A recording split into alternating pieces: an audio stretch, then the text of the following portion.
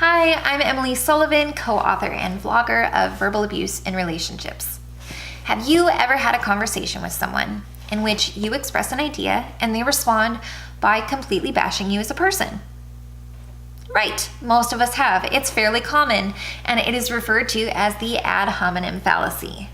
The term ad hominem is a Latin term that translates to the man or to the person, and it can be described as an argument that attacks a person's character rather than the content of their message. It is based off of emotions, not logic, and you will see it often in politics, within family discussions, and in relationships. There are a handful of subtopics of the ad hominem fallacy, but I'm only going to talk about 3 of them today. The first of which is the personal attack / abuse. And this occurs when one person expresses an idea and the other person responds with an insult, name-calling, or belittling. For example, let's say that I'm talking to someone and I say, I've been researching veganism all day and I do not think that it's the healthiest option. And the person I'm speaking with responds by saying, "Geez, Emily, you're such a pretentious a-hole." Okay, well, that completely concludes the discussion without having actually discussed veganism. So someone's aiming to invalidate what I'm saying by just shutting me down as a person rather than shutting down the idea that I'm expressing. The next subtopic I will discuss is circumstantial. Circumstantial attacks somebody's motive or agenda.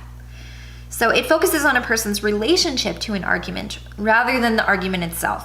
For example, let's say Cruella de Vil walks into a city council meeting and says, "Look, there is a real dog overpopulation problem in this town. The dogs are starving, they're disease-ridden, they're flooding the streets and homeless. We have to find a solution." Well, everybody in that city hall is going to be thinking, yeah, sure, Cruella, we know what your interests are. Everyone's going to be thinking, okay, Cruella has a hidden agenda, and not thinking about the actual overpopulation problem and that there are too many dogs and they are starving and we should try to come up with a solution, right? Moving on, the last subtopic I'm going to discuss is the tu quo qui, which is Latin for you too, and it focuses on hypocrisy. So by pointing out another person's hypocrisy, you aim to invalidate what they're saying. For example, if I say to someone, "Your husband is really abusive and you need to leave him," and they respond to me by saying, "Well, your husband had an affair last year, so who were you to give me relationship advice?"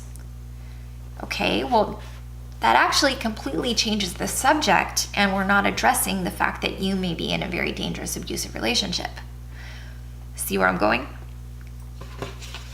To wrap up, by criticizing the person, the abuser aims to invalidate what they're saying, but they're using a fallacy, so they're actually invalidating their own argument.